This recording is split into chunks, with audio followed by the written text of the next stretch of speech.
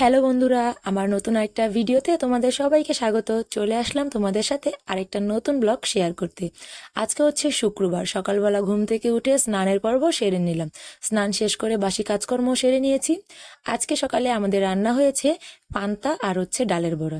কালকের ভাত বেশি ছিল, তাই আজকে পান্তা আর ডালের বড়া। আর যদিও পান্তা ভাত সবার হবে না, বাসায় আমরা মানুষ 4-5 জন, তাই যার যার হবে, মানে এই 2-1 জনের হবে, বা 2 জন কি 3 জন। তো যার যে যে পান্তা খাবে সে ডালের বড়া দিয়ে পান্তা ভাত খাবে, আর যে না খাবে তার জন্য রুটি করব, সাথে ডিম ভেজে দিব। তো আজকে সকালের খাবার হচ্ছে এটা। সকালের খাবার দাবার শেষ করে তারপরে দুপুরের রান্নার জোগাড় করব। আজকে দুপুরে রান্না করবে আমার বর। যখনই আমাদের বাড়িতে মাংস টাংস হয় তখন আমার বর রান্না করে, যদি সে বাড়িতে থাকে। কারণ আমার বরের হাতের মাংস রান্না সবসময় অনেক মজা হয়। আর আমার বরের কারোর হাতে রান্নাও পছন্দ হয় না, বিশেষ করে মাংস রান্নাটা। যতই ভালো রান্না করি বর কখনোই বলে না যে ভালো হয়েছে।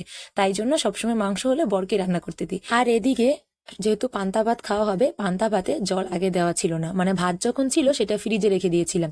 তো ওই ভাতে এখন জল দিব, ফ্রিজ থেকে আগেই নামিয়ে রেখেছি, এখন ভাতে জল দিয়ে রেখে দেব। যে যখন খাবে তখন তাকে পান্তা আর ডালের বড়া দিব। আমাদের এখানে আমার শ্বশুর বাড়িতে এসে আমি এই খাবারটা শিখেছি, পান্তা ভাত আর ডালের বড়া। আর আমার হচ্ছে পান্তা ভাত খাবো একটা বাটিতে বা একটা বলে বেশি করে জল নিয়ে, কাঁচামরিচ, কাঁচা পেঁয়াজ বা শুকনো লঙ্কা একটু পুড়ে, তারপর বেশি করে জল, মানে জল দিয়ে মাখিয়ে, ব্যাপারটা হবে যেন হাতটা আমার জলে ডুবানো থাকে, ওরকম করে পেট ভরে পান্তা ভাত খেয়ে এক চুমুক দিয়ে জলগুলো সব খেয়ে নিব। আমার কাছে পান্তা ভাতের মজাই হচ্ছে ওইটা। আর পান্তা ভাত খেতে আমার তেমন কিছু লাগে না, যেমন শুধু কাঁচা পেঁয়াজ আর মরিচ দিয়ে আমি লবণ দিয়ে পান্তা ভাত খেয়ে নিতে পারি। তো দেখো, এই ফাঁকে আমি আমার দেবরকেও ভাত দিয়ে আসলাম, কারণ ও পান্তা খাবে ডালের বড়া দিয়ে। খাওয়া দাওয়া শেষ করে এখন আসলাম রান্না বান্না করতে। রান্না বান্না বলতে আজকে রান্না বান্না করার চাপ আমার নেই। প্রকৃতির বাবা আজকে রান্না করবে, চতুর্থ শুক্রবার বাড়িতে আছে, মাংস আর খিচুড়ি রান্না করবে। 2 দিন যাবত একটু বৃষ্টি হচ্ছে, ঠান্ডা ঠান্ডা পড়েছে। যদিও বা এখন ঠান্ডা না, এখন রোদ উঠেছে, গরমই লাগছে। তো প্রকৃতির বাবা যেহেতু বাড়িতে আছে, বললো মাংস রান্না করবে আর খিচুড়ি রান্না করবে। তো এখন বাজে প্রায় 12টা। তো আমি এখন সবকিছু কেটে বেছে ধুয়ে দিয়ে যাব প্রকৃতির বাবাকে, চুলার জাল ধরিয়ে দিব, ও বসে বসে রান্না করবে। আর আমি প্রকৃতিকে দেখে স্নান টান করাবো। তো চলো দেখো, এই যে আদা, পেঁয়াজ, রসুন এগুলো নিয়ে বসে গেছি, এখন এগুলো কাটাকুটি ভেবেছি আজকে আর মশলা বাটাবাটি করব না, সবকিছু কেটে বেছে ধুয়ে নিয়ে তারপর ব্লেন্ডারে সবকিছু মশলা করে নেব। আগে তো সবকিছু বেটেই দিতাম, আর আমরা যখন রান্না করি তখন একটু কম হলেও সমস্যা নেই মশলা, কিন্তু বর যখন রান্না করবে সবকিছু বেশি বেশি দিতে হয়, তার যতটুকু প্রয়োজন ততটুকু দিয়ে রান্না করবে। তো আজকে ভাবলাম আদা, রসুন, জিরে, শুকনো মরিচ, ধনে সবকিছু একসাথে ব্লেন্ডারে ব্লেন্ড করে দিব। আর আগে তো হাতেই বাটতে হতো, যদিও আমাদের আগে একটা ব্লেন্ডার ছিল, ওইটা ব্যবহার না করতে করতে নষ্ট হয়ে গেছে। এবার একটা মিনি ব্লেন্ডার কিনে দিয়েছে বর।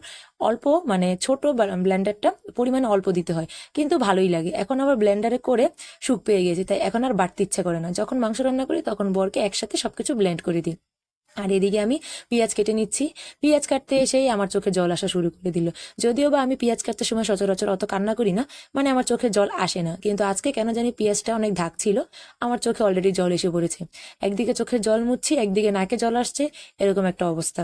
তো পেঁয়াজ কাটতে গিয়ে দেখি প্রায় অনেক পেঁয়াজই পচা। উপর থেকে পেঁয়াজগুলো ভালোই ছিল, কিন্তু ভিতরে পেঁয়াজগুলো কেমন জানি পরলে পরলে পচে গেছে। তাই পেঁয়াজ পাল্টে পাল্টে দেখছি, আর পচাগুলো আগেগুলো নিয়ে নিচ্ছি, যেগুলো ভালো সেগুলো রেখে দিচ্ছি। মশলা কেটে ব্লেন্ডারে ব্লেন্ড করে সবকিছু গুছিয়ে বরকে রান্না করতে দিয়ে আসলাম। আর বর যখন রান্না করে তখন বরকে সবকিছু হাতের নাগালে গুছিয়ে দিতে হয়, এক কথা তার পাশে পাশে থাকতে হয়, নয়তো ডাকাডাকি শুরু করে এটা লাগবে ওটা লাগবে।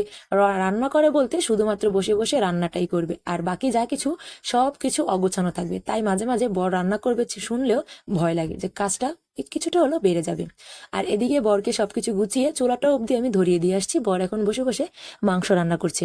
আর আমি এদিকে মেয়েকে স্নান করিয়ে এনে এখন ওকে মাথাটা মুছে দিচ্ছি, যেগুলো চুলগুলো একটু বড় হয়ে গেছে বেশি, তো এখন চুলগুলো মুছে দিচ্ছি। চুলগুলো মুছে তারপর একটা ক্লিপ দিয়ে আটকে দিব, আর একটু ক্রিম ট্রিম দিয়ে পাউডার দিয়ে তারপর মেয়েকে রেডি করে দিচ্ছি। আর মেয়েকে এখন বসে দিয়ে গেছি খেলা করতে, যে তুমি খেলা করো, আমি বাবার সাথে কাজ করে আসি। বাবার সাথে কাজ বলতে আজকে সকালবেলা আমি ঘর মুছিনি, তো এখন যেহেতু জানি আজকে দুপুরে আমার রান্না নেই, এই যে আমাদের আজকে রান্না বান্না হলো মাংস কষা, আর সাথে ছিল শুটকির ভর্তা, আর সাথে ছিল খিচুড়ি। মাংস রান্না করেছে বর, খিচুড়িও বর রান্না করেছে, আমি শুধু ভর্তাটা রান্না করেছি। আর সবাই মিলে একসাথে এই ঘরে বসে মেঝেতে খাবো। সবসময় আমাদের খাওয়া দাওয়া হয় সামনের ঘরে, মানে আমাদের শোবার রুমে। তো আজকে 2 দিন যাবতই এখানে বসে খাওয়া দাওয়া হয়। আর এই রুমের এই জায়গাটা সবসময় খালি থাকে, বর যখন বাড়িতে আসে তখন এখানে বরের বাইকটা রাখেন, তাই জন্য এই জায়গায় কিছুই রাখা হয় না। আর ওইখানে দেখো বাক্স পোটলা পাটলি যাই আছে, ওখানে হলো আমাদের এই বছরের জন্য হলুদ মরিচ এনে রেখেছে, ওগুলো ভাঙাবে। আর আমি এখন সবার খাবারটা একে একে বেড়ে দিব, তো সবাই এখানেই বসে খেয়ে নিবে। আর দেবরও এখানেই আছে, দেবরকেও বললাম তুমি এখানে বসে যাও, আমরা একসাথে খেয়ে নিই। মা, আমি, প্রকৃতির বাবা, প্রণয় সবাই একসাথে বসে খেয়ে নিব। বাইরে প্রায় অন্ধকার হয়ে আসছে, মানে সন্ধ্যা না, অন্ধকারের কারণ হচ্ছে বৃষ্টি নামবে নামবে ভাব। আজকে তো দুপুরবেলা ঝড় বৃষ্টি তো এরকম হয়নি, তাই মনে হচ্ছে এখনই ঝড় বৃষ্টি নামবে নামবে, আকাশটা মেঘলা হয়ে আছে। তো বাইরে এসে একটু দেখলাম, একটু হাঁটলাম, চোখে যেহেতু ঘুম ছিল, আর আজকে শুক্রবার আমার বন্ধের দিন, তারপর আমার আজকে টিউশন পড়ানো ছিল। তো যাই হোক, আজকে ব্লগটা এখানেই শেষ করছি। দেখা হবে আমার নতুন আরেকটি ব্লগে। সবাই ভালো থাকো আর সুস্থ থাকো, আর আমার পাশে থেকো। সবাই আমার চ্যানেলটিকে সাবস্ক্রাইব করে দিও।